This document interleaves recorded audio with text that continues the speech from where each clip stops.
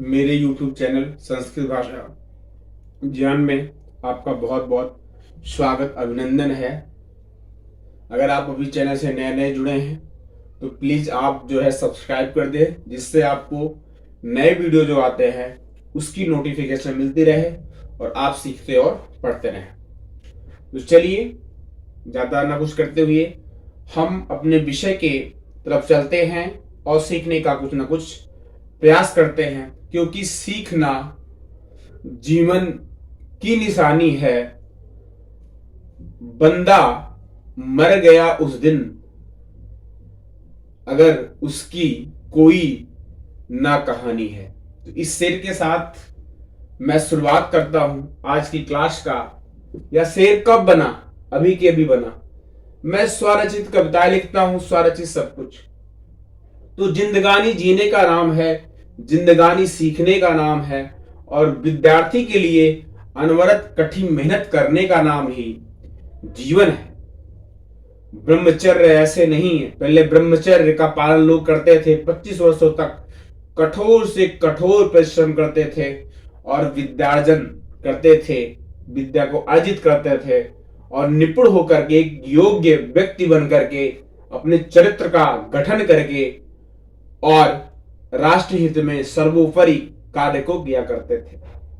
तो ये तो पुरानी बातें हैं, लेकिन आज भी वो चीजें की जा सकती हैं। अपने चरित्र को गढ़ा जा सकता है, संवारा जा सकता है और निखारा जा सकता है।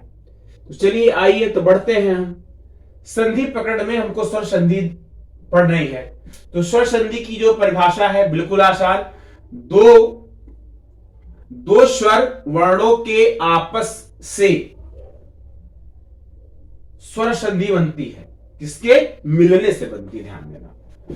दो स्वर वर्णों के मिलने से स्वर संधि बनती है। अगर दो स्वर आपस में मिल गए, चाहे वो दीर्घ हो चाहे ह्रस्व हो, कैसे भी हो, अगर वो दोनों आपस में मिल गए तो क्या है बनता? वह संधि फिर स्वर संधि कहलाती है। अब स्वर कितने हैं आप जानते हैं, बताने की जरूरत नहीं है।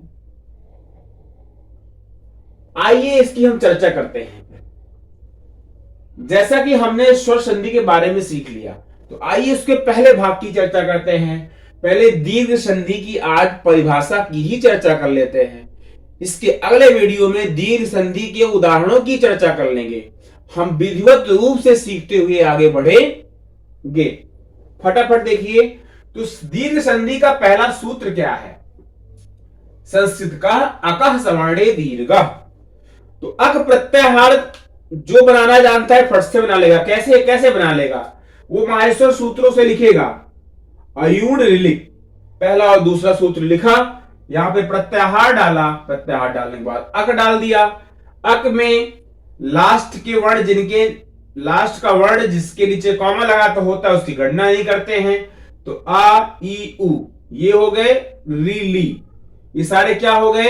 अक प्रत्याहार के अंतर्गत आते हैं। तो यही लिखा गया यहां पर, आ ई उ री ली, ये ह्रस्व हो गए। कह रहा है अकः सवर्णे दीर्घ, कह रहा है अक आक अक के साथ सवर्ण आए, कोई समान आए तो उसका दीर्घ कर देना है।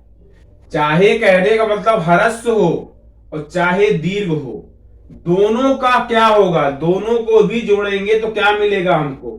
यहां मिलना हमको क्या है? ध्यान देना, बहुत बड़ी चीज है। मिलना हमको दीर्घ ही। क्या मिलेगा? दीर्घ। हमको मिलना क्या है? दीर्घ ही मिलेगा। कुछ भी आप कर लीजिए, हमको मिलेगा दीर्घ ही। तो दीर्घ मिला, चाहे ह्रस्व के साथ दीर्घ भी जुड़ता है तो दीर्घ ही प्राप्त होता है। इसका कहने का अर्थ मतलब यह है, अगर छोटा आ है उसके साथ बड़ा आ जुड़ता है तो बड़ा आ ही हमको मिलेगा, जिसे हम वैयाकरण में कहते हैं दीर्घ।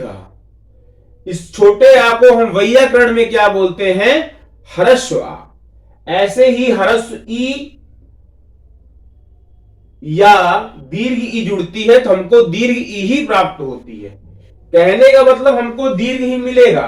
अब दीर्घ में हमको क्या क्या मिलेगा, ये दीर्घ का मैंने लिखा हुआ है, बड़ा आ मिलेगा, बड़ी ई मिलेगा, बड़ा उ मिलेगा, री मिलेगा, ली मिलेगा। अब आप पूछेंगे सर ये आप वर्णों की बात कर रहे हैं, तो हां बिल्कुल वर्णों की बात कर रहा हूं, लेकिन इनका असर आपको किन रूपों में देखने को मिलेगा, मात्राओं में देखने को मिलेगा। जैसे मैं मात्राएं लिख दूं, सब मात्राएं जानते हैं, बस एक झलक बतलाना है बस। जैसे बड़े आ की मात्रा आप जानते हो तो इस रूप में मिलेगा, बड़ी ई की मात्रा जानते हो इस रूप में मिलेगा, बड़े ऊ की मात्रा जानते हो इस रूप में मिलेगा, री की मात्रा जानते हो तो इस रूप में मिलेगा, ली है तो जो जानते हो ही इसका भी ऐसे ही रहता है, तो इस मात्रा के रूप में मिलेगा। इसको पहचानोगे कैसे, संधि के मान लो संधि बनी हुई है किसी भी वर्ण की, उसको तोड़ोगे तो कहां से पता चलता है ये शब्द टूटेगा, उसी मात्रा से ही इसको तोड़ करके अलग कर सकते हैं। जैसे विद्याधनालय है, विद्यालय है, जब विद्यालय को जोड़ोगे तो कहां से तोड़ोगे, यहीं से तो बीच से तोड़ोगे ना, इस मात्रा से, इस बड़े आ की मात्रा से तोड़ोगे तो विद्या और आलय को अलग अलग कर पाओगे। क्योंकि मैंने बताया था जोड़ने को तो संहिता कहते हैं, इसको क्या बोलेंगे, संहिता।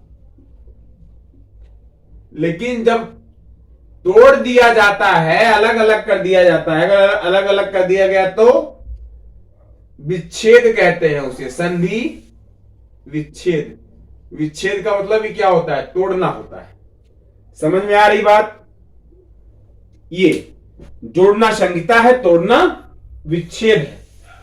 अब समान वर्ण, अब कैसे कैसे समान वर्ण आए, अब आप परिभाषा नोट कर ले। सबसे इंपॉर्टेंट, हिंदी वाले बच्चे या संस्कृत वाले बच्चे दोनों इसको लिख सकते हैं, इसका नोट्स बना सकते हैं, तो लिख लें, ह्रस्व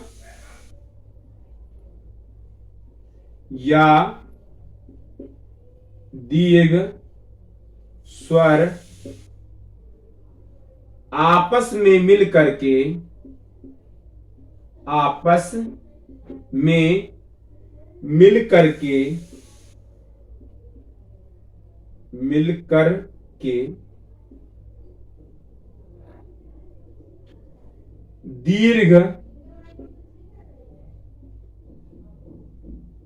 दीर्घ स्वर बनाते हैं, दीर्घ स्वर बनाते हैं, जिसे हम दीर्घ संधि के नाम से जानते हैं, दीर्घ संधि के नाम से जानते हैं।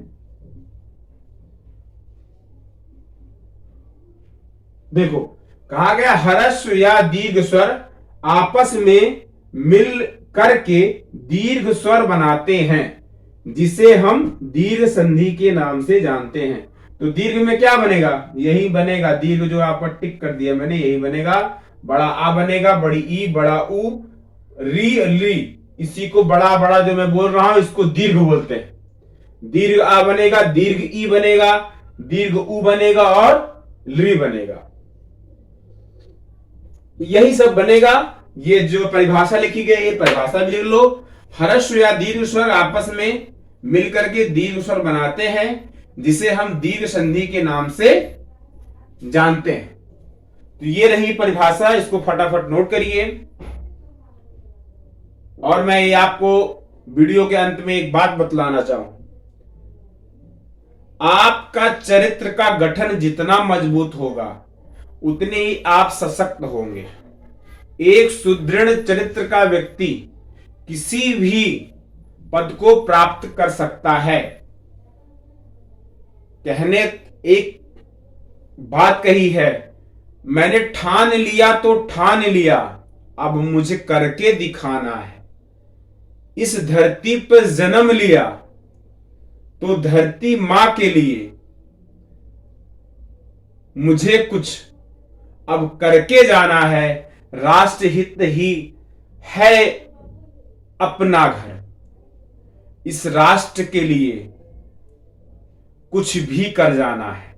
तो इस भाव के साथ मैं सभी छात्रों से आज की क्लास में इतना ही। आप सभी का बहुत बहुत सहयोग के लिए धन्यवाद। वीडियो अच्छी लगी हो तो लाइक करें, शेयर करें, कमेंट करें, और अगर अभी तक आपने चैनल को सब्सक्राइब नहीं किया तो प्लीज आप सब्सक्राइब भी करें और दोस्तों के साथ शेयर भी करें। आपका बहुत बहुत धन्यवाद, बहुत बहुत धन्यवाद।